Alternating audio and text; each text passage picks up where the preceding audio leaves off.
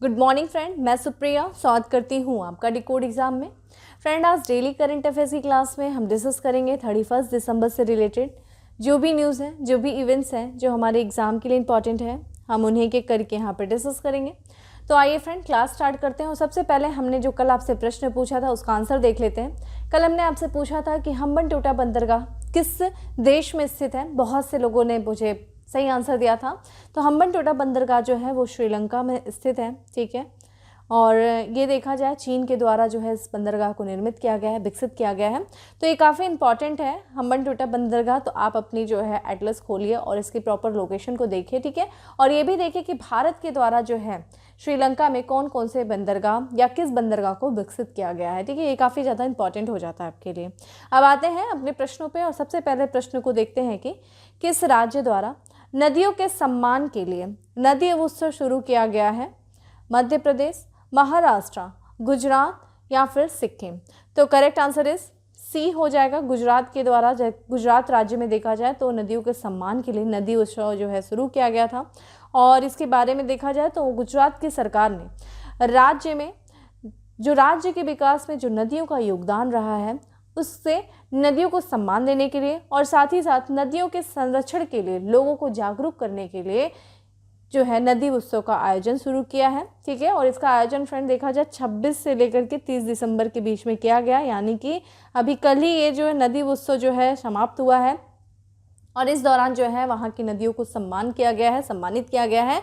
और इस नदी उत्सव की बात करें तो ये जो नदियों के आसपास जितने भी बिखरी हुई जो गौरवमय संस्कृति है उनको पुनर्जीवित करने के प्रयास किया गया है, उनको पुनर्जीवित करने की कोशिश की गई है नदी उत्सव के माध्यम से।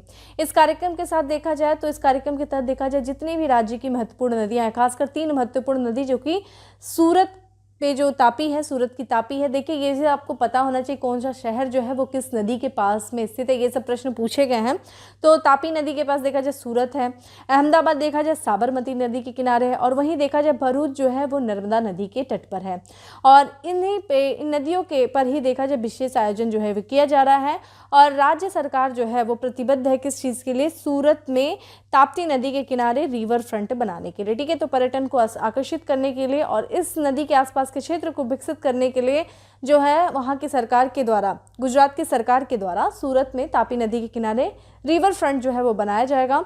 और इस कार्यक्रम से देखा जाए जो पूरे देश में मनाया जा रहा है आज़ादी का अमृत महोत्सव, उसी के तहत नदियों को सम्मान करने के लिए इस कार्यक्रम का आयोजन किया गया। तो ध्यान रखिएगा ये जो 26 से 30 दिसंबर के बीच में जो नदी उत्सव का आयोजन गुजरात सरकार के द्वारा किया गया था, इस योजना का ओवरऑल उद्देश्य देखा जाए कि वहाँ की जो नदियाँ हैं, वहाँ के जो पेड़ पौधे हैं, साथ ही जितने भी प्राकृतिक संसाधन हैं, उन संसाधनों के संरक्षण के लिए लोगों को जागरूक करना ही इसका मेन उद्देश्य रहा है।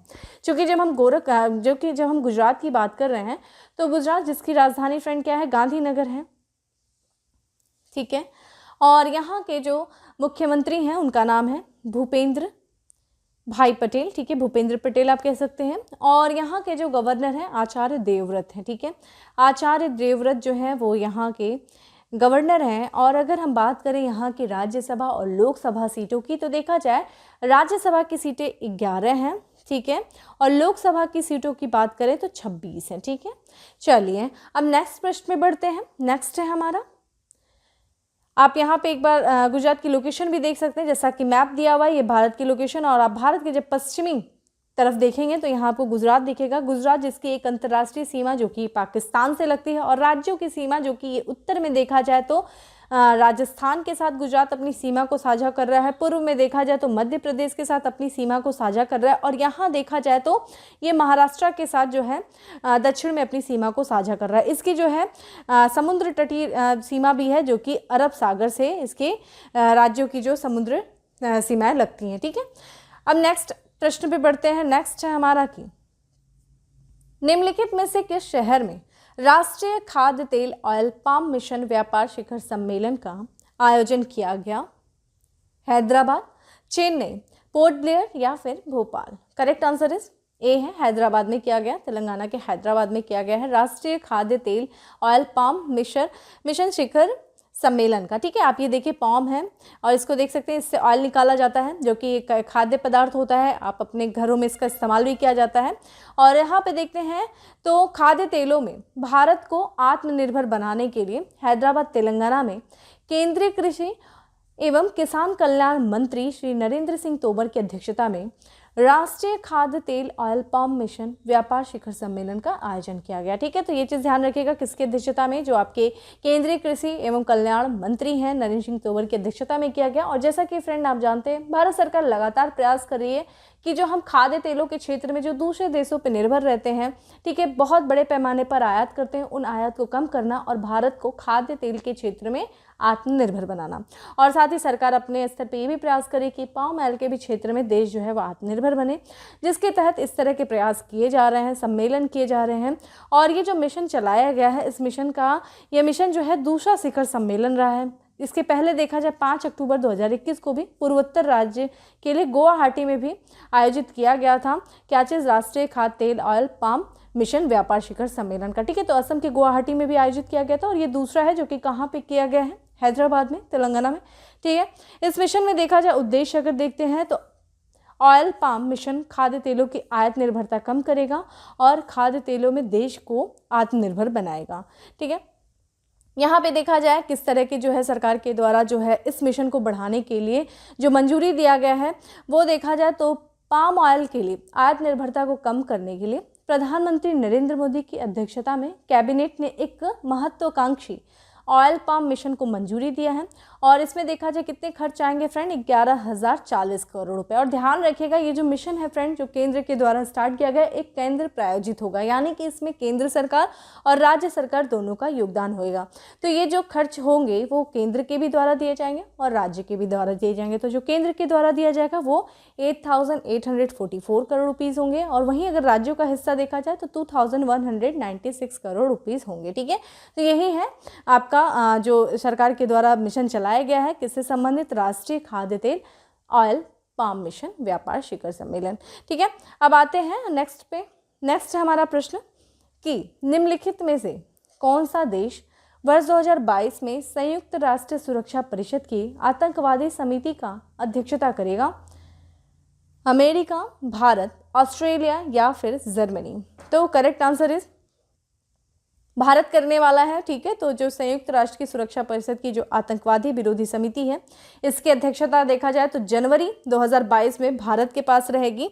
और इसके पहले फ्रेंड 2012 में भारत ने इसकी अध्यक्षता किया था। अब इसके बाद जो है दूसरी बार अध्यक्षता 2022 में करने जा रहा है। आइए देख लेते हैं। तो भारत जो है 10 वर्ष के अंतराल के बाद, यानी कि जैसा कि हमने बताया वर्ष 2012 में इसने अध्यक्षता ग्रहण की थी। अब देखा जाए फिर से ये अगले वर्ष यानी कि 2022 जनवरी में संयुक्त राष्ट्र सुरक्षा परिषद की आतंकवादी विरोधी समिति की अध्यक्षता करेगा। ठीक है, इस समय जो है समिति की बात करें फ्रेंड, तो जैसा कि आप जानते हैं अमेरिका का जो वर्ल्ड ट्रेड सेंटर पे जो आतंकवादी हमला हुआ था 9 सितंबर, ठीक है, वर्ष 2001, तो आतंकवादी हमले के बाद जो है इस यूनाइटेड नेशन सिक्योरिटी काउंसिल के द्वारा इस समिति का गठन किया गया था। ठीक है, और ध्यान रखिएगा, और इस समिति का जो है ये कमेटी जो थी, उद्देश्य क्या था, जो देश होंगे और जो उनके इलाके होंगे, उन इलाकों में जो आतंकवादी हमले होते हैं उन हमलों को रोकना, और साथ ही साथ उन देशों को जहां पे आतंकवादी हमले हो रहे हैं उन देशों को भी इन हमलों को रोकने के लिए सक्षम बनाना, यही इस समिति का उद्देश्य था। इसी चीज़ के लिए इसको गठित किया गया था। और देखा जाए आतंकवादी हमले के बाद जो सुरक्षा परिषद के प्रावधान, ये प्रावधान नंबर ध्यान रखेगा 1373 के तहत 28 सितंबर 2001 को आतंक रोधी समिति का गठन किया गया था। ठीक है, तो ये समिति कब गठन की गई थी, किस प्रावधान के तहत, 1373 प्रावधान के तहत। कब, 28 सितंबर 2001 को किया गया था। ठीक है, समिति का ये जो प्रावधान है, इस प्रावधान के कार्यान्वयन पर निगरानी रखने का दायित्व सौंपा गया समिति को। और यह प्रावधान जो है ये सभी जो देश होंगे उन देशों को आतंकवादी गतिविधियों को रोकने के लिए भी विभिन्न उपायों का निर्देश देता है। यानी कि जिन देशों में कोई आतंकवादी गतिविधि हो रही है तो इस प्रावधान के तहत जो है उनको निर्देश भी देता है कि वो देश क्या क्या कर सकते हैं। जैसे कि अगर किसी देश में आतंकवाद के लिए धन मुहैया कराया जा रहा है तो ऐसी चीज़ों को अपराध की श्रेणी में वो देश ला सकता है। अगर कहीं पे आतंकवादी गतिविधि में कोई शामिल लोग हैं तो उन लोगों के जो धनराशि उनको फ्रीज कर सकता है ये कंट्री जहाँ पे ऐसा हो रहा है। या फिर कोई आतंकी गुट को सभी प्रकार का वित्तीय सहायता वो रोक सकता है, और साथ ही साथ जो अन्य देशों के साथ जो संबंधित सूचनाएं हैं, आतंकवाद से संबंधित सूचना है, उनका आदान प्रदान भी कर सकता है। ये प्रावधान जो है ऐसा इनको निर्देश देता है। ठीक है, तो ये चीज़ ध्यान रखिएगा, जो भारत है वो दूसरी बार, ठीक है, ये भी प्रश्न आ सकता है कि कितनी बार, तो दूसरी बार करने जा रहा है आतंकवादी समिति की अध्यक्षता। ठीक है, संयुक्त राष्ट्र की आतंकवादी समिति की अध्यक्षता करने जा रहा है। इसके पहले वर्ष 2012 में किया था इसने, और अब जाके दूसरी बार करने जा रहा है वर्ष 2022 में। ठीक है, ये था। अब आगे बढ़ते हैं, नेक्स्ट पृष्ठ पे चलते हैं। नेक्स्ट हमारा की शिक्षा मंत्रालय द्वारा जारी इनोवेशन अचीवमेंट 2021 पर संस्थानों की अटल रैंकिंग में प्रथम स्थान पर कौन सी संस्थान है? IIT Bombay, IIT Roorkee, IIT Kanpur या फिर IIT मद्रास। तो इसका करेक्ट आंसर इज डी हो जाएगा, IIT मद्रास रहा है Atal ranking of institution on innovation achievement में। जो रैंकिंग फर्स्ट पे रही है वो IIT मद्रास की रही है। आइए इसके बारे में देख लेते हैं। तो हाल ही में देखा जाए अटल रैंकिंग ऑफ इंस्टीट्यूशन और इनोवेशन अचीवमेंट की घोषणा की गई है, और ये किसके द्वारा इस रैंकिंग को जारी किया गया और किन किन आधार पे किया गया है? तो ये देखिए जारी किया गया है केंद्रीय शिक्षा मंत्रालय और अखिल भारतीय तकनीकी परिषद के द्वारा जो है इसे जारी किया गया है। किस आधार पर? तो देश भर में जो शिक्षा संस्थानों में जो नवाचार हो रहा है, यानी कि जो इन्वेंशन हो रहा है, जो स्टार्टअप्स है और जो उद्यमिता विकास के आधार पर ये रैंकिंग जारी की गई है। ध्यान रखिएगा किसके द्वारा जारी किया गया है? केंद्रीय शिक्षा मंत्रालय और अखिल भारतीय तकनीकी शिक्षा परिषद के सहयोग से। ठीक है, इस लिस्ट में देखा जाए भारतीय प्रौद्योगिकी संस्थान यानी कि IIT मद्रास जो है वो लगातार तीसरी बार रैंकिंग में प्रथम स्थान पे रहा है। ध्यान रखिएगा, तीसरी बार लगातार प्रथम स्थान पे रहा है। वहीं अगर हम दूसरे स्थान की बात करें तो IIT बॉम्बे दूसरे स्थान पे रहा है, और तीसरे स्थान की बात करें तो IIT दिल्ली जो है वो तीसरे स्थान पे रहा है।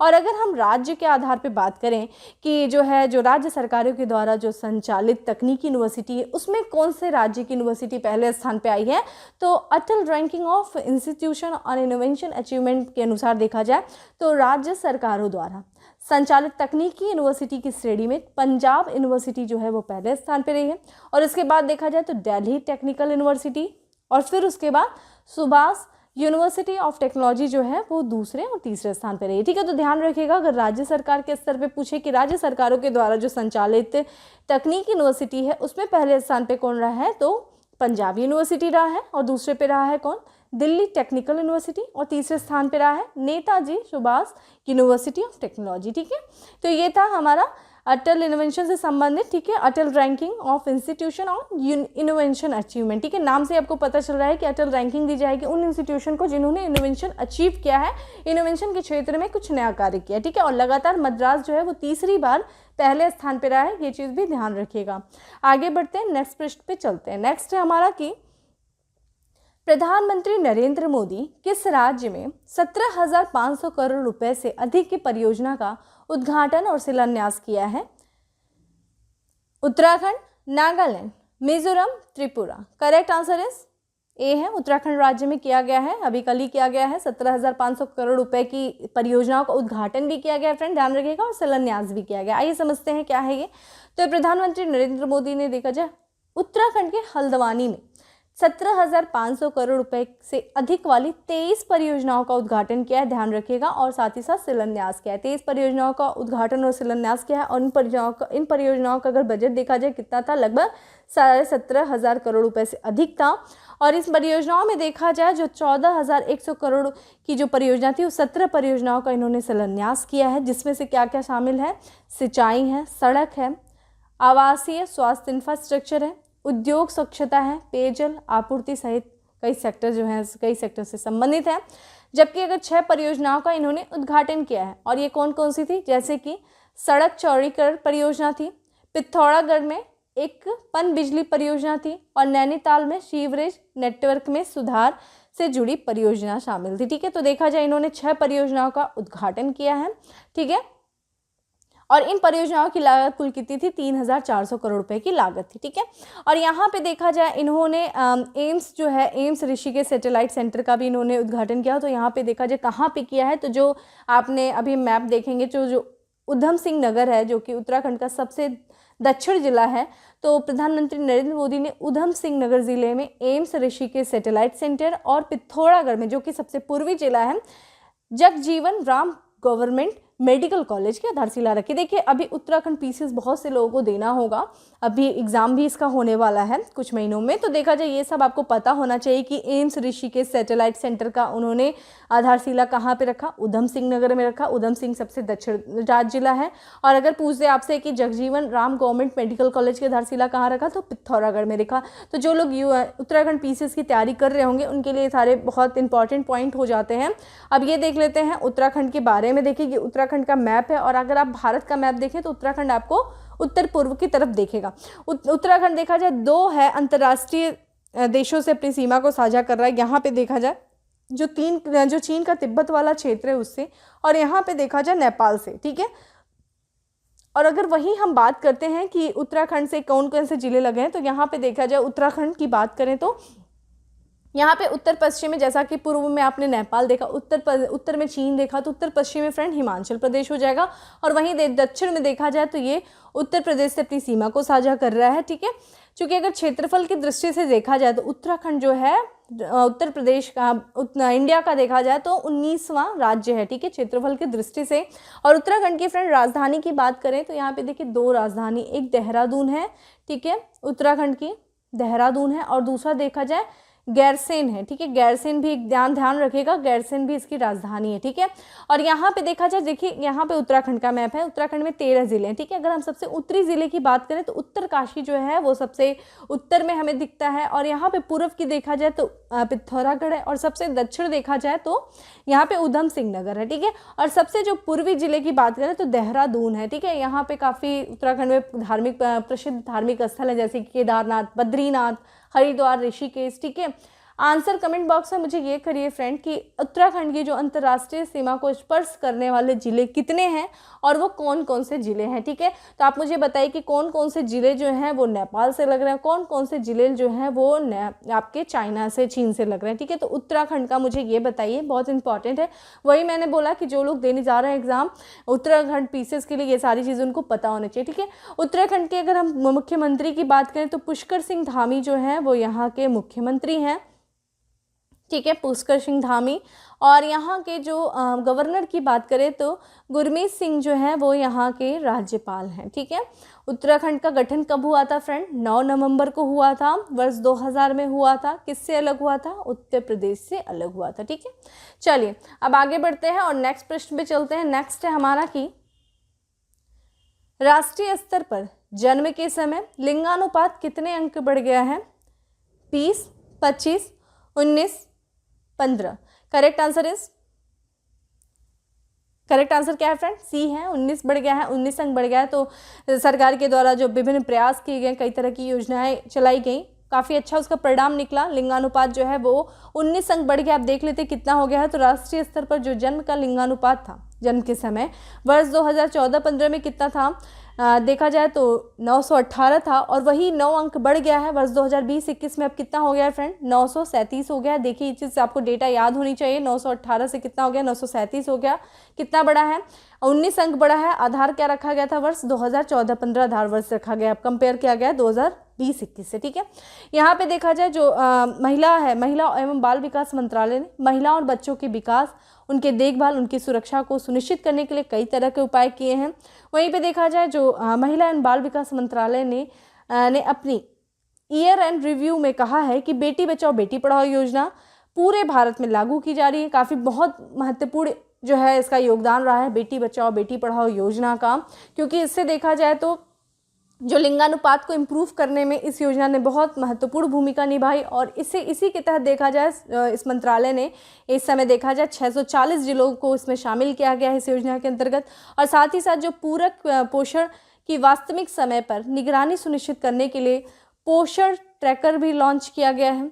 और साथ ही साथ अन्य योजना की बात करें तो प्रधानमंत्री मातृ वंदना योजना से 2 करोड़ से अधिक महिलाओं को लाभ मिला है। अगर हम प्रधानमंत्री मातृ वंदना योजना की बात करें फ्रेंड, जिसको किसके द्वारा चलाया जा रहा है? तो महिला एवं बाल विकास मंत्रालय के द्वारा चलाया जा रहा है, जिसको लॉन्च किया गया था 1 जनवरी 2017 को प्रधानमंत्री नरेंद्र मोदी जी द्वारा लॉन्च किया गया था। जिसका उद्देश्य क्या था?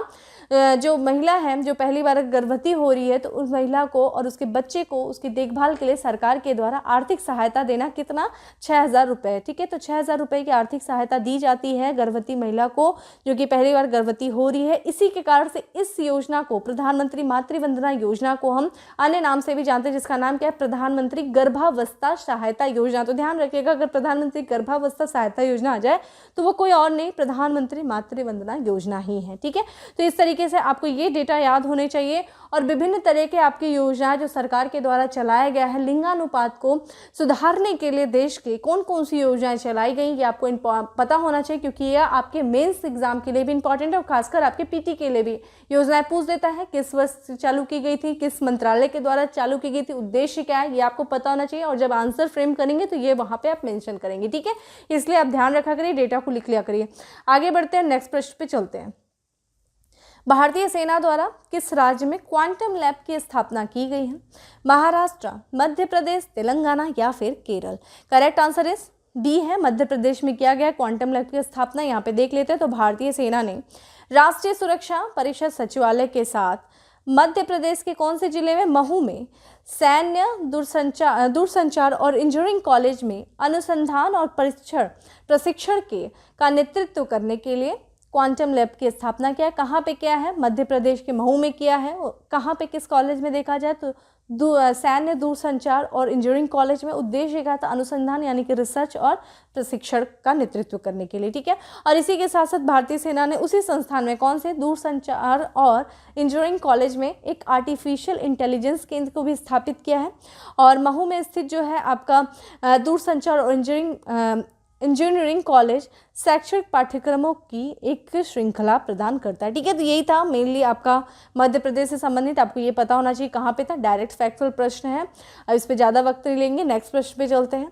हाल ही में चर्चा में रहा शहर लताकिया किस देश में स्थित है? ठीक है, बहुत इंपॉर्टेंट हो जाता है फ्रेंड, जब भी कुछ ऐसे शहर होते हैं, कोई देश होते हैं, उनसे संबंधित कोई क्षेत्र होता है, जब वो चर्चा में रहता है तो कभी कभी आपके एग्जाम में ऐसे प्रश्न पूछे जा सकते हैं, मैच द फॉलोइंग आ जाते हैं। इसलिए यहाँ पे इस प्रश्न को शामिल किया गया है कि ये शहर है लताकिया जो कि अभी चर्चा में रहा है, तो किस देश में है? जापान में है, बेल्जियम में है, यूक्रेन में है या फिर सीरिया में है? करेक्ट आंसर इज डी है, सीरिया में है। यहाँ पे देखा जाए इजराइल हमले हुए हैं, जिसके कारण से ये जो आपका देखेंगे तटीय जो शहर है लताकिया, ये चर्चा में रहा है। यहाँ पे देख लेते हैं, तो ये जो हाल ही में चर्चा में रहा शहर, तटीय शहर लताकिया सीरिया में स्थित है। और ये क्यों चर्चा में रहा है? तो इस तटीय शहर पे देखा जाए वाणिज्यिक बंदरगाह पे इजराइल की मिसाइलों ने निशाना बनाया। इजराइल की मिसाइल के द्वारा जो है इस चूँकि एक जो सीरिया का वाणिज्यिक बंदरगाह है, और ये देखेंगे जो मेडिटेरेनियन सी है वहीं पर है ये। ठीक है, सीरिया के पश्चिम वाले भाग में है ये, और यहाँ पे इजराइल की मिसाइलों के द्वारा जो है हमला किया गया, और इस हमले के कारण वहाँ पे एक कंटेनर था, कंटेनर टर्मिनल में आग लगी, जिससे काफ़ी बड़े पैमाने पर यहाँ पे नुकसान हुआ है। ठीक है, और ध्यान रखिएगा लताकिया। तो आइए, जब सीरिया की बात कर रहे हैं तो सीरिया के हम इस शहर को भी देख लेंगे कहाँ है। ये देखिए, आप ये वर्ल्ड मैप देख रहे हैं, और ये वर्ल्ड मैप पे आप ये वाला क्षेत्र देखिए, तो यहाँ पे देखिए आपको टर्की दिख रहा है, टर्की के देखिए यहाँ पे साइड में आपको सीरिया दिख रहा है। ठीक है, सीरिया की देखा जाए यहाँ पे जो अगर समुद्री सीमा जो लग रही है वो मेडिटेरेनियन सी से, और आपको पता होना चाहिए, प्रश्न यहाँ से आ चुका है कि मेडिटेरेनियन सी से लगे हुए कौन कौन से देश हैं। तो यहाँ पे अगर हम सीरिया की बात करें तो यहाँ पे देखिए, यहाँ पे उत्तर में सीरिया को कौन कवर कर रहा है फ्रेंड? टर्की कर रहा है।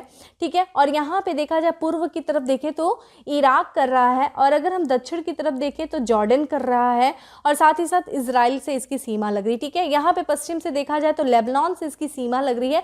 और प्रश्न एक बार आया था कि किस यहाँ पे इस देश में, इस क्षेत्र में जो देश है उनकी किससे किससे मेडिटेरेनियन से सीमा लग रही है? तो देखा जाए यहाँ पे, तो यहाँ पे देखिए सीरिया की लग रही है, लेबनान की लग रही है, इजराइल की लग रही है, लेकिन जॉर्डन की नहीं लग रही है। ठीक है, ये चीज़ ध्यान रखिएगा, ना कि इराक की लग रही है। ठीक है, अब आ जाते हैं हम यहाँ पे सीरिया जिसकी राजधानी फ्रेंड क्या है? दमिश्क है। और यहाँ पे जिस हम शहर की बात कर रहे हैं जिसका नाम था देखिए लताकिया। ठीक है, यही वो शहर है जहाँ पे इजराइल मिसाइल के द्वारा हमला किया गया है, और ये लताकिया जस्ट देखा जाए तो टर्की के सीमा के क्षेत्र से लगा हुआ है। ये एक वाणिज्यिक बंदरगाह है सीरिया का, यहाँ से बड़े पैमाने पर जो है व्यापार होता है। चूँकि इस समय सीरिया की स्थिति फ्रेंड आपसे छुपा नहीं होगा, सारे लोग को ये चीज़ पता होगी, सीरिया काफ़ी कुछ समय पहले बहुत ज़्यादा न्यूज़ में था। यहाँ की स्थिति काफ़ी ज़्यादा एक तरीके से जो है काफ़ी विवादित ये क्षेत्र रहा है, यहाँ पे अक्सर हमले होते रहते हैं। तो यहाँ पे देखा जाए जो सीरिया की बात करें जिसकी राजधानी दमिश्क है, तो यहाँ की करेंसी की बात कर लेते हैं। करेंसी जो है सीरियाई पाउंड जो है, सीरियाई पाउंड जो है यहाँ की करेंसी है। और यहाँ के जो प्रमुख की बात करें तो यहाँ के जो प्रमुख हैं बशर अल असद जो है वो यहाँ के प्रमुख हैं। ठीक है, तो ये चीज़ आपको पता होना चाहिए। मेडिटेरेनियन सी से आप अभी अपनी एटलस खोलें। देखिए मैपिंग कराने का उद्देश्य क्या है कि आप लोग साथ ही साथ मैप भी करते चलो। जो क्षेत्र जो न्यूज़ में रहे हैं यहाँ से प्रश्न आते हैं, तो आप अपनी एटलस खोलना और देखना कि मेडिटेरेनियन सी से कौन कौन से यूरोपियन कंट्री लग रहे हैं, कौन कौन से अफ्रीकन जो नेशंस हैं वो अपनी सीमा को साझा कर रहे हैं मेडिटेरेनियन सी से। ये चीज़ इंपॉर्टेंट हो जाता है। चलिए आगे बढ़ते नेक्स्ट प्रश्न पे चलते हैं। नेक्स्ट है हमारा कि निम्नलिखित में से कौन सा टीका कोविड-19 के लिए भारत का पहला स्वदेशी रूप से विकसित आरबीडी प्रोटीन टीका है? कार्बोवैक्स, मोलनुपिरवीर, कोवोवैक्स या फिर कोविशील्ड?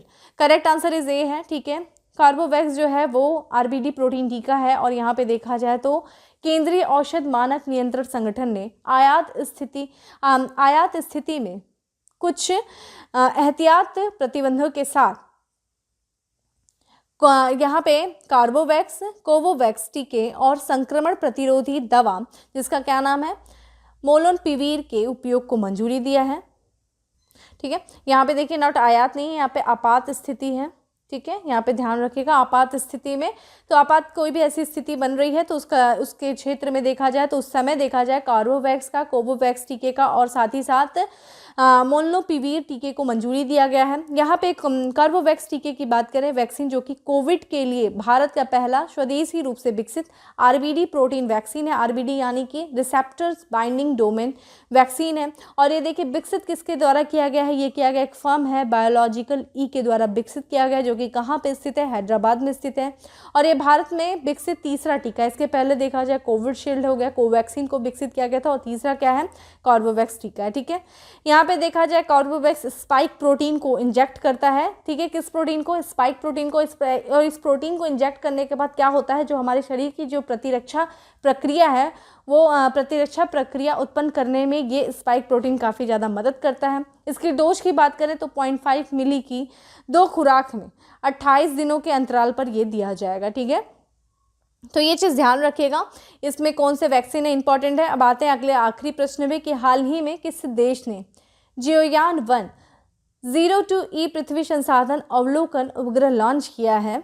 जापान, चीन, दक्षिण कोरिया, ताइवान? करेक्ट आंसर है चीन हो गया। ठीक है, चीन के द्वारा देखा जाए तो जियोयान-1 02E पृथ्वी संसाधन अवलोकन उपग्रह लॉन्च किया गया है।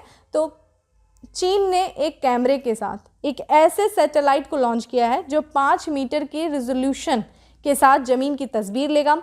इसे देखा जाए तो जियोयान-1 02E या फिर इसे 5 मीटर ऑप्टिकल उपग्रह 02 भी कहा जाता है। इस सैटेलाइट को चीन ने उत्तरी चीन के शाक्सी प्रांत में ताइवान सैटेलाइट लॉन्च सेंटर से लॉन्च किया है। किस रॉकेट से किया है? लॉन्ग मार्च 4C रॉकेट के द्वारा इसको लॉन्च किया गया। ठीक है, यहाँ पे बात करें तो जियोयान-1 02E का वजन जो कि कितना है? मात्र 2.5 किलोग्राम है। और यह इंफ्रारेड और हाइपर स्पेक्ट्रल कैमरे से ये लेस है। और इसकी क्षमता क्या होगी? ये कैमरा जो है पृथ्वी की पूर्ण रंगीन तस्वीरें ले सकता है। यह उपग्रह जो है 5 मीटर के ऑप्टिकल उपग्रह 01 के साथ काम करेगा। और यहाँ पे देखा जाए चीन क्षेत्र के पुनर्निरीक्षण को जो कि 3 दिन में होता था उसको घटा करके अब 2 दिन में कर देगा। ठीक है, तो ये थे हमारे 10 MCQ। अब जल्दी से हम अपना फैक्ट्स ऑफ द डे देख लेते हैं कि क्या है। सबसे पहला फैक्ट्स की भारतीय कॉरपोरेट मामलों के संसाधन के महानिदेशक और CEO के रूप में नामित किया गया है। किसे किया गया है? यहाँ पे IAS प्रवीण कुमार। ठीक है, तो कॉर्पोरेट मामलों के जो संस्थान है, यहाँ पे माफ़ करिएगा, यहाँ पे संस्थान लिखा था, तो भारतीय कॉर्पोरेट मामलों के संस्थान के महानिदेशक और CEO जो नियुक्त किए गए हैं IAS प्रवीण कुमार नियुक्त किए गए। गुरु तेग बहादुर की 400वीं जयंती मनाने के लिए केंद्र सरकार द्वारा एक समिति जो है उच्च स्तरीय समिति गठित की गई है, जिसकी अध्यक्षता प्रधानमंत्री नरेंद्र मोदी जी करेंगे। भारतीय विकेट कीपर जिन्होंने 26 मैच में 100 विकेट लिया है और वो पहले इस तरह का कार्य करने वाले विकेट कीपर बन गए हैं। क्या नाम है? ऋषभ पंत। ठीक है, तो ऋषभ पंत जो है भारत के पहले विकेट कीपर बन गए हैं जिन्होंने 26 मैचों में जो है 100 विकेट लिया है। वहीं नेक्स्ट है कि दूरसंचार विभाग ने मेट्रो शहरों में, यानी कि कितने मेट्रो शहरों में जल्दी 5G सेवा शुरू करने की घोषणा किया है? तो दिल्ली, गुरुग्राम, बेंगलुरु, कोलकाता, मुंबई, अहमदाबाद, हैदराबाद और पुणे में। ठीक है, वहीं हम बात करें पर्यावरण वन और जलवायु परिवर्तन मंत्रालय ने वन महानिदेशक और विशेष सचिव नियुक्त किया है। किसे किया है? चंद्र प्रकाश गोयल को किया है। महाराष्ट्र के पुणे स्थित नेशनल इंस्टीट्यूट ऑफ वायरोलॉजी की पहली महिला निदेशक, जिनका अभी 94 वर्ष की उम्र में निधन हो गया, उनका नाम क्या है? Doctor Khurshid M Pavri. ठीक है, डॉक्टर खुर्शीद एम पावरी जो है ये देखा जाए नेशनल इंस्टीट्यूट ऑफ वायरोलॉजी की पहली महिला निदेशक थी, जिनका भी हाल ही में निधन हो गया। और ये कहाँ स्थित है? ध्यान रखिएगा, national institute of virology Pune में स्थित है, महाराष्ट्र के। वित्त उद्योग विभाग परिषद का नया सह-अध्यक्ष नियुक्त किया गया। किसे? कमलेश गांधी को। वहीं केंद्रीय स्वास्थ्य मंत्रालय की ओर से कोविड-19 के 2 नए टीकों के आपातकालीन इस्तेमाल को मंजूरी दिया गया है, कोवोवैक्स और कार्बोवैक्स को। ठीक है, सोमालिया के राष्ट्रपति हैं मोहम्मद अब्दुल्लाह फरमाजाओ ने भ्रष्टाचार को लेकर के प्रधानमंत्री को उनके पद से हटा दिया। उन प्रधानमंत्री का क्या नाम है? मोहम्मद हुसैन रोबल। ठीक है, यहाँ पे फ्रेंड ये चीज़ रिपीट हो गई है, यहाँ पे देख लीजिए। और अंतिम है कि राज्य द्वारा संचालित ऊर्जा दक्षता सेवा एनर्जी एफिशिएंसी सर्विसेज में मुख्य कार्यकारी अधिकारी के रूप में नियुक्त किया गया। किसको? राधिका झा को किया गया। ठीक है, तो इस तरीके से थे हमारे 10 MCQ। अब आ जाते हैं हम उत्तर प्रदेश स्पेशल में। सबसे पहला उत्तर प्रदेश स्पेशल है कि भारत का पहला निपुण, यानी कि national initiative for proficiency in reading with understanding and numeracy, Bharat निगरानी केंद्र स्थापित किया जा रहा है। कहाँ किया जा रहा है? उत्तर प्रदेश के गोरखपुर में किया जा रहा है। तो निपुण भारत निगरानी केंद्र स्थापित किया जा रहा है गोरखपुर में। तमिलनाडु के कोविलपट्टी में फाइनल में चंडीगढ़ को हराकर 11वीं जूनियर राष्ट्रीय पुरुष हॉकी चैंपियनशिप के विजेता बने। कौन बना? उत्तर प्रदेश बना। तो 11वीं जूनियर राष्ट्रीय पुरुष हॉकी चैंपियनशिप का विजेता कौन रहा है? उत्तर प्रदेश रहा है। किसको हराया फाइनल में? चंडीगढ़ को। उत्तर प्रदेश का 5वां शहर कौन सा है जहां पे मेट्रो सेवा शुरू की गई है? ये कानपुर है। इससे पहले देखा जाए लखनऊ में थी, नोएडा में, ग्रेटर नोएडा और गाजियाबाद में मेट्रो सेवा पहले से शुरू थी। ठीक है, 5वां शहर बना है कानपुर। प्रधानमंत्री नरेंद्र मोदी ने 54वें दीक्षांत समारोह में ब्लॉकचेन आधारित डिजिटल डिग्री देने का शुभारंभ किया है IIT कानपुर के छात्रों को। ठीक है, IIT कानपुर के छात्रों को ब्लॉकचेन आधारित डिजिटल डिग्री देने का शुभारंभ किया है। और अंतिम है अखिल भारतीय तकनीकी शिक्षा परिषद द्वारा तैयार की गई Atal ranking of institute on innovation achievement में IIT कानपुर का स्थान कौन सा था फ्रेंड? चौथा है। हमने जैसा कि देखा IIT मद्रास पहले स्थान पे था, लगातार तीसरी बार। ठीक है, और अगर हम IIT कानपुर की बात करें जो उत्तर प्रदेश में कानपुर में, तो वो चौथा स्थान पाया है। ठीक है, तो और अब आ जाते हैं अपने क्वेश्चन ऑफ द डे में। देखिए हमारा क्वेश्चन ऑफ द डे है क्या कि राष्ट्रपति रामनाथ कोविंद ने तिरुवनंतपुरम में PN पनिकट की कांस्य प्रतिमा का अनावरण किया। PN पनिकट जो है वो किस चीज़ के लिए जाने जाते थे? इसका आप हमें आंसर करिए। ठीक है, तो फ्रेंड इस तरीके से था आज का हमारा करंट अफेयर्स, जिसमें हम लोगों ने लगभग ऑलमोस्ट सारी चीज़ों से संबंधित MCQ, facts of the day और उत्तर प्रदेश स्पेशल डिस्कस किया। डेली करंट अफेयर्स की जो PDF टेलीग्राम ग्रुप में आपको अवेलेबल है, डिकोड एग्जाम का टेलीग्राम ग्रुप जो है आप उसको ज्वाइन कर लीजिए। ठीक है, और यहाँ पे देखा जाए तो टेलीग्राम ग्रुप में जो लिंक है वो आपके डिस्क्रिप्शन बॉक्स में दिया हुआ है। आप वहाँ पे क्लिक करके और फिर आप अपने डिकोड एग्जाम को ज्वाइन कर लीजिए, जिससे कि आपको डेली वहाँ पे PDF अवेलेबल होगी और वहाँ से आप डाउनलोड करके आप डेली इसका रिवीजन भी कर सकते हैं। बाकी सेशन अच्छा लगा हो तो लाइक करना नहीं भूलें, ज़्यादा से ज़्यादा लोगों को शेयर करें और चैनल में पहली बार आए तो सब्सक्राइब करना नहीं भूलें। बाकी फिर मिलते हैं नेक्स्ट सेशन में, तब तक के लिए bye, have a good day, stay safe and stay happy.